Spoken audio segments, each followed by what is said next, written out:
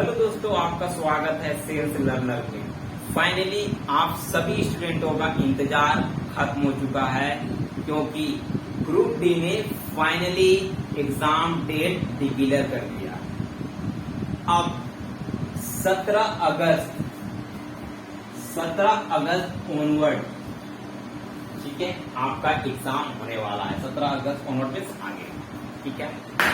अब आप लोगों को वेट नहीं करना है किसी चीज का, आप अपनी तैयारी को रफ्तार बनाइए। और रफ्तार बनाने में मैं कुछ ऐसे पॉइंट के बारे में आपको बताने जा रहा हूं जिसको आप फॉलो कीजिएगा, डेफिनेटली आप एग्जाम में अच्छा कर पाइएगा। ठीक है, कुछ पॉइंट्स है हमारे पास, है ना, प्लीज फॉलो देम।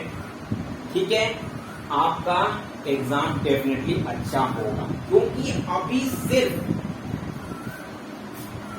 1 महीना 17 दिन बाकी है उन स्टूडेंटों का जिनका एग्जाम शुरू में होगा, है ना।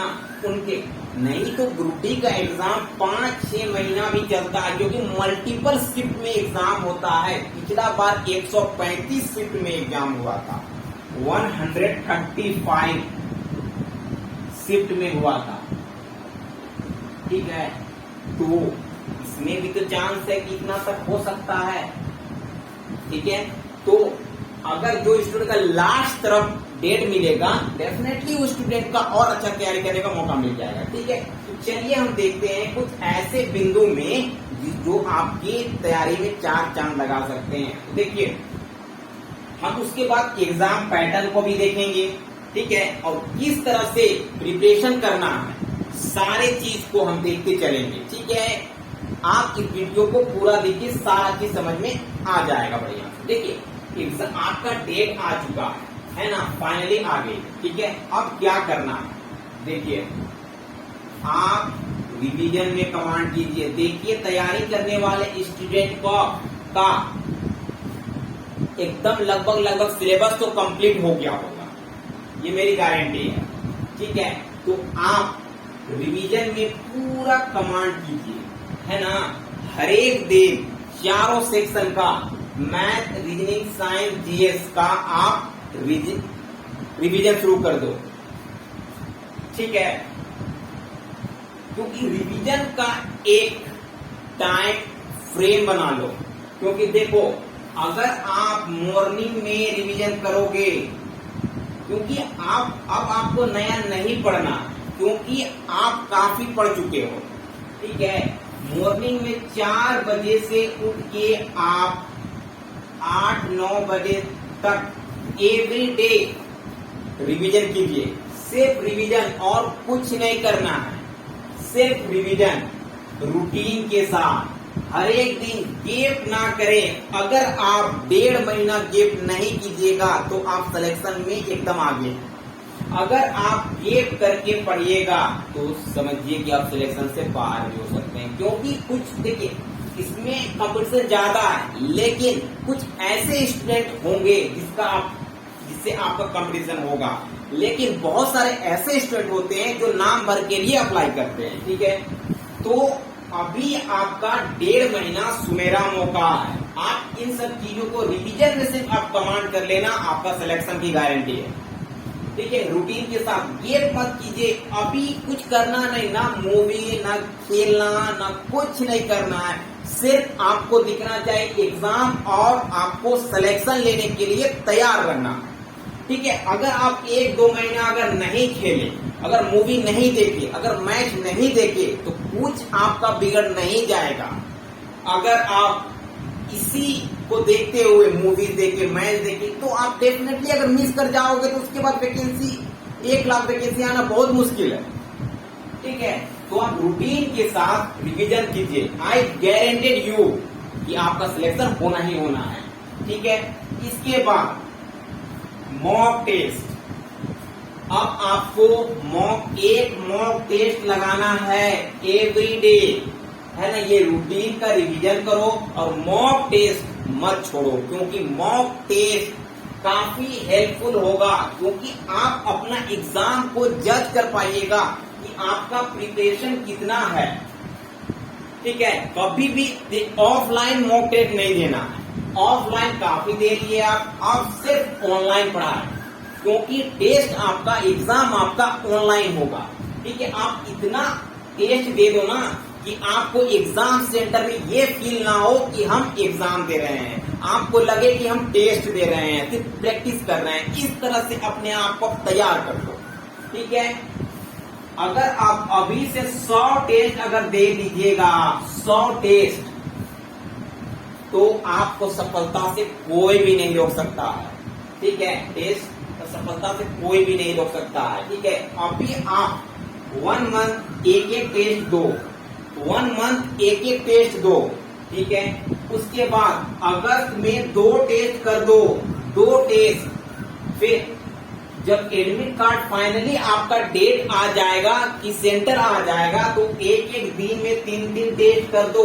आप अपना गांठ बांध लो और 100 टेस्ट एग्जाम होते होते आप दे दो, तो आपकी तैयारी में 4 चांद लग जाएगा। और जो चीज का आप टेस्ट देते हो, कोई भी चीज, बहुत सारे ऐसे टेस्ट बिकते हैं, मॉक टेस्ट बिकते हैं, आप किसी को भी खरीद लो, 300-400 में अवेलेबल है। मैं यहाँ पर सजेस्ट तो आपको नहीं कर रहा हूँ कि कौन सा कंपनी का आप लीजिएगा, लेकिन बहुत सारे हैं, आप ले सकते हैं। ठीक है, देखिए उसके बाद टेस्ट लिखने के बाद आपको क्या है ना, उस टेस्ट का एनालिसिस कंपलसरी है। अगर एनालिसिस नहीं कीजिएगा तो आपका टेस्ट बेकार है ना। एनालिसिस बहुत इंपॉर्टेंट होता है। जैसे मान लीजिए अगर आप टेस्ट लिख रहे हैं, तो यहाँ पर देखना होता है कि कितना क्वेश्चन हमने अटेम्प्ट किया, कितना क्वेश्चन मेरा रॉन्ग हुआ, कितना क्वेश्चन मेरा सही हुआ, कितने क्वेश्चन हम स्किप किए हैं। ठीक है, उन सब सारी चीजों को देखना पड़ता है। और अगर गलत हुआ तो क्यों गलत हुआ, मैंने कहां पर मिस किया, और मैंने इससे सिलेबस में इसको कवर किया था कि नहीं, वो सारी चीज का एनालिसिस करना पड़ता है टेस्ट का। ठीक है, और इससे पता चलता है कि आपका वीक पॉइंट कौन है ना, वीक पॉइंट कौन है, स्ट्रॉन्ग जोन कौन है ना, ये पता चलता है। आप अपना वीक पॉइंट को नोट करते जाइए एक पेपर में, और उस पे और रिवीजन कीजिए, उसमें और काम करना है। ठीक है, एक एक चीज को जो टेस्ट में अगर आप टेस्ट दीजिएगा, आपको वीक पॉइंट पता चल जाएगा। और इसके साथ जो वहाँ एक्सप्लेनेशन होता है ना, उसमें बहुत सारे ऐसे की पॉइंट दिए होते हैं, उसको भी आप नोट करते जाओ, क्योंकि वो पैटर्न वाइज ही बनाया जाता है। ठीक है, पैटर्न वाइज ही बनाया जाता है, इसलिए प्लीज नोट देम। ठीक है, और एक चीज इसके बाद सब्जेक्ट वाइज प्रैक्टिस शुरू कर दीजिए, है ना। आप 4 सब्जेक्ट है, मैथ्स, रीजनिंग, साइंस, जीएस। ठीक है, सब्जेक्ट वाइज आप सभी का अलग अलग टाइम रख दीजिए। ठीक है, और उसमें एकदम प्रैक्टिस कीजिए, और सबसे ज्यादा प्रैक्टिस करना है प्रीवियस ईयर क्वेश्चन को, है ना। प्रीवियस ईयर क्वेश्चन पे आप जान लगा दो, क्योंकि अगर एग्जाम क्रैक करना है तो प्रीवियस ईयर क्वेश्चन नहीं छोड़ना है, क्योंकि आपका प्रीवियस ईयर क्वेश्चन ही सिलेक्शन के रास्ते में खड़ा कर सकता है। क्योंकि जितने भी एग्जाम होते हैं, सारे का पैटर्न प्रीवियस ईयर के अकॉर्डिंग ही होता है। आप कितना भी प्रैक्टिस करो, अगर आप प्रीवियस ईयर क्वेश्चन नहीं करके जाओगे ना, तो आप क्वेश्चन नहीं कर पाओगे। क्योंकि देखिए, सिलेबस तो हमको पूरा पढ़ते हैं, लेकिन जो एग्जाम का समय होता है ना, जो पैटर्न है क्वेश्चन का, उसके अकॉर्डिंग ही चलेगा। ठीक है, आप कितना भी पढ़ ले, कोई फर्क नहीं पड़ता है, अगर प्रीवियस ईयर के अकॉर्डिंग अगर आप क्वेश्चन नहीं करते हैं तो। अगर हम मान लेते हैं मैथ्स हम भी पढ़ते हैं, एसएससी वाला भी पढ़ता है, सभी पढ़ते हैं, लेकिन जो रेलवे का जो मैथ्स है, वो मैथ मेरा रेलवे में आएगा। एसएससी वाला मैथ्स नहीं आने वाला है, बैंकिंग वाला मैथ नहीं आता है, सबका अलग अलग है। तो प्रीवियस ईयर से ही हमको पता चलेगा कि एसएससी, बैंक, रेलवे में किस तरह से मैथ आता है। तो प्रीवियस ईयर में कमांड करो, प्रीवियस ईयर पूरा कंप्लीट करो। 135 शिफ्ट है ना, सबको बना लो, कोई छूटना नहीं चाहिए। ठीक है, 1000, 1200, 1300 जितना क्वेश्चन आप बनाना चाहते हो मैथ का बना लो, और रीजनिंग का सिर्फ पढ़ाई और कुछ अभी नहीं करना है, क्योंकि ये सिलेक्शन आपको देगा, क्योंकि सिलेक्शन आपका लिखा हुआ है 1,03,769 वैकेंसी आपके पास है। ठीक है, और देखिए मैथ में आपको ज्यादा काम करना है, इंपॉर्टेंट है मैथ, क्योंकि देखिए जीएस और साइंस ऐसा चैप्टर है उसमें आप पूरा नहीं कर सकते हैं, 100% करना इम्पॉसिबल है जीके पोर्शन, और साइंस पोर्शन भी 100% नहीं हो पाता है। ठीक है, लेकिन मैथ और रीजनिंग 100% आप कर सकते हो, कोई भी गलत नहीं होगा अगर आप ज्यादा से ज्यादा प्रैक्टिस करके जाते हो, क्योंकि मैथ जब आप सोल्व करते हो ना तो आपको आंसर मिलता है, आंसर वहां पर मिलता है, तो सोल्व करने के बाद ही आंसर मिलता है, तो ये गारंटी ये हो जाता है क्लियर कि मेरा मैथ सही है, तो आप सारे मैथ्स को बना सकते हो। सिर्फ अगर पूरा प्रीवियस ईयर को बना लो, एनालिसिस कर लो, और एक एक चीज वीक पॉइंट और स्ट्रॉन्ग पॉइंट को ध्यान दो, और एक एक फॉर्मूला को अलग नोट बना के आप पढ़ते रहो, फॉर्मूला का अलग नोट बना लो, और सिर्फ रिवीजन पे कमांड करते रहो, सिलेक्शन आपके द्वार खड़ी है।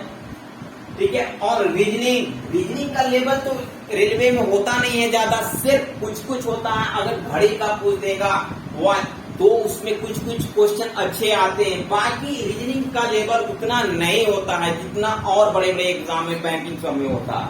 ठीक है, तो ये दोनों में आपको क्वेश्चन मिस नहीं करना है, क्योंकि यही सिलेक्शन दिलाएगा, क्योंकि जीएस और साइंस एक लिमिट है, उसमें आप पूरा क्वेश्चन नहीं कर पाइएगा, यही दोनों है मैथ और रीजनिंग जिसमें आप क्वेश्चन पूरा कर लीजिएगा।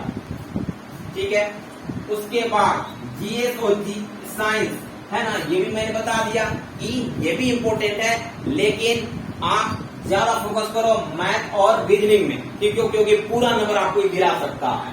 ठीक है, इसमें एक और चीज है करेंट अफेयर्स। करेंट अफेयर्स आप 2 साल का पढ़ो, है ना, 2 साल का करंट अफेयर्स आपको पढ़ना पड़ेगा, क्योंकि ये बहुत लंबे समय से वैकेंसी होल्ड में है, तो आपका डेफिनेटली 2 साल का करंट अफेयर्स तो कहीं नहीं जाने वाला है। ठीक है, तो आप करंट अफेयर्स को एक नोट्स बनाए हुए होंगे, तो उसके अकॉर्डिंग आप पढ़ते चलो। ठीक है, और एक चीज, परेशान नहीं होना है कभी भी। अगर मान लीजिए मॉक टेस्ट अगर देते हैं आप, तो अगर आपका कम मार्क्स आ जाता है मॉक टेस्ट में, तो इससे घबराना नहीं है, क्योंकि आपका नंबर कम आ गया, ऐसा नहीं है, हो सके नेक्स्ट मॉक में आपका मार्क्स ज्यादा आ जाए। अगर आपका 100 में मार्क्स आ रहा है 50, इससे घबराना नहीं है, क्योंकि नेक्स्ट में अगर आपका 70 आ जाए, आ सकता है 70, तो इसे घबराना नहीं है, आगे बढ़ना है, वीक पॉइंट को नोट करना है, वीक पॉइंट पे हमको काम करना है। ठीक है, तो इसे घबराना ही नहीं है और परेशान नहीं रहना है, एकदम आराम से सिर्फ एग्जाम आगे दिखना चाहिए और कुछ नहीं, है ना। मोबाइल का यूज कीजिए, लेकिन पढ़ाई कीजिए। मोबाइल का एक टाइम बना लीजिए कि हमको आधा घंटा 1 घंटा मोबाइल यूज करना है, और बेकार मोबाइल यूज अभी फिलहाल नहीं करना है। पढ़ाई के लिए मोबाइल यूज कीजिए, ठीक है, पढ़ाई के लिए मोबाइल यूज कीजिए, ये आपका काम आएगा। ठीक है, और ऐसे इधर उधर के लिए मोबाइल अभी थोड़ा कम कर दीजिए, क्योंकि अभी आपको सिलेक्शन लेना है, क्योंकि सिलेक्शन आपका लाइफ बनाएगा। क्योंकि अगर आपके पास जॉब नहीं है तो आपके पास कुछ भी नहीं है ना, तो आपका डिग्री बेकार है, क्योंकि कोई वैल्यू नहीं है विदाउट जॉब का अभी के दौर में। ठीक है, आप भले MBA MCA करके रहिए, लेकिन जॉब आपके पास नहीं है, आपका कोई वैल्यू नहीं है। ठीक है, और टाइम वेस्ट मत किया करो इधर उधर चीजों में, टाइम वेस्ट करना ही नहीं है, किसी को टाइम नहीं देना है। अभी सुनहरा मौका है, बाद में 1 साल के बाद 2 साल के बाद सबको पूरा टाइम दो, 24 घंटा दे दो, लेकिन अभी 10 मिनट 20 मिनट भी किसी को फालतू टाइम नहीं देना। हाँ, एकदम अर्जेंट पड़ता है तो उसको समय दे दो, लेकिन बेकार में जो टाइम इधर उधर घूम के कहीं बैठ के मूवी देख के बिताते हो, वो चीज अभी 1.5-2 महीना खत्म, तो करना ही नहीं है। ठीक है, अगर यही आपको सिलेक्शन की ओर ले जाएगा, अगर आप टाइम खर्च नहीं करते हैं तो, क्योंकि ये पूरा शेड्यूल तैयार कर लीजिए। ठीक है, आपका नौकरी आपके पॉकेट में चला जाएगा। कोई नहीं रोक सकता है एक सीट से। आपको एक सीट चाहिए और 1,03,769 वैकेंसी है, तो आप कीजिए, इन सब चीजों को फॉलो कीजिए। सिलेक्शन आपके द्वारा है। आप हमें कमेंट में उस समय कमेंट कीजिएगा जिस समय आपका सिलेक्शन होगा, क्योंकि मैंने ये कहा था कि आप समय बर्बाद ना करें, ठीक है। तो इसके बाद चलिए हम देखते हैं कुछ एग्जाम पैटर्न क्या है। देखिए 25 क्वेश्चन आपका पूछ रहा मैथ से, ठीक है। तो इसमें हम 25 पे 25 ला सकते हैं, क्योंकि मैथ ऐसा चीज है, ठीक है। अगर एक दो क्वेश्चन अगर इससे निकल जाए तो कोई दिक्कत नहीं है। अगर 20, 22, 23 भी अगर सही हो जाए ना, तो मैथ में आपका सिलेक्शन हो जाएगा। मैथ से ही आप आगे निकल जाओगे, ठीक है। देखिए रीजनिंग है, रीजनिंग 30 नंबर का पूछेगा, 30 क्वेश्चन रीजनिंग से आएंगे, तो ये भी कितना अच्छा है, क्योंकि अगर दोनों से देखा जाए तो 55 नंबर। यही चीज है तो आपको सिलेक्शन की ओर ले जाएगा। इतना कम, मतलब इतना आसान होता है रीजनिंग ग्रुप डी का। आप सिर्फ प्रीवियस ईयर करो, इसमें प्रीवियस ईयर से बाहर क्वेश्चन कभी नहीं आ सकता है रीजनिंग के लिए, है ना। हमेशा से प्रीवियस ईयर में रीजनिंग हमेशा फोकस होता है, कोई भी एग्जाम हो, चाहे सचिव, चाहे आपका एसएससी हो, चाहे आपका रेलवे हो, प्रीवियस ईयर। और कुछ नहीं, 135 शिफ्ट है। अगर 135 शिफ्ट का प्रीवियस ईयर बना लोगे तो कौन सा बाहर जाने वाला, कोई बाहर नहीं जाएगा आपका, ठीक है। ये दोनों को आप गांठ बांध लो, मैथ और रीजनिंग, ये दोनों आपको सिलेक्शन का द्वार तक ले जाएगा, एकदम गारंटी है, ठीक है। साइंस में 25 क्वेश्चन है, इसमें भी आप क्वेश्चन 20, 22, 20 तक कर सकते हो, लेकिन 100% करना इम्पॉसिबल है, क्योंकि गलती होने का चांस इसमें बहुत होता है, क्योंकि ऑप्शन इतना कंफ्यूजिंग होता है कि आप गलती कभी न कभी कर जाओगे, ठीक है। तो 25 क्वेश्चन है उसमें भी, ठीक है। और जीएस, देखिए ये दोनों तो समुद्र है, समुद्र है, कहीं से उठा के पूछ सकता है, ये गारंटी। लेकिन ये दोनों लिमिट है, अगर पूछेगा भी ना तो डिजिट चेंज करके पूछेगा, और इसमें नया क्वेश्चन ज्यादा नहीं बनता है। 135 शिफ्ट कीजिए ना, आपको कोई बाहर नहीं जाएगा इस क्वेश्चन पे, लेकिन ये दोनों से बाहर जा सकता है 135 शिफ्ट से, क्योंकि ये एक समुद्र है, सी है, महासागर है, कहीं से भी ऐसे करके उठाओ ना, नया ही क्वेश्चन आगे मिलता है, ठीक है। तो इन दोनों को थोड़ा कम, क्योंकि इसके जीएस सब में आप बहुत पढ़ चुके होंगे, मैथ और इसमें आपको ज्यादा फोकस करना है,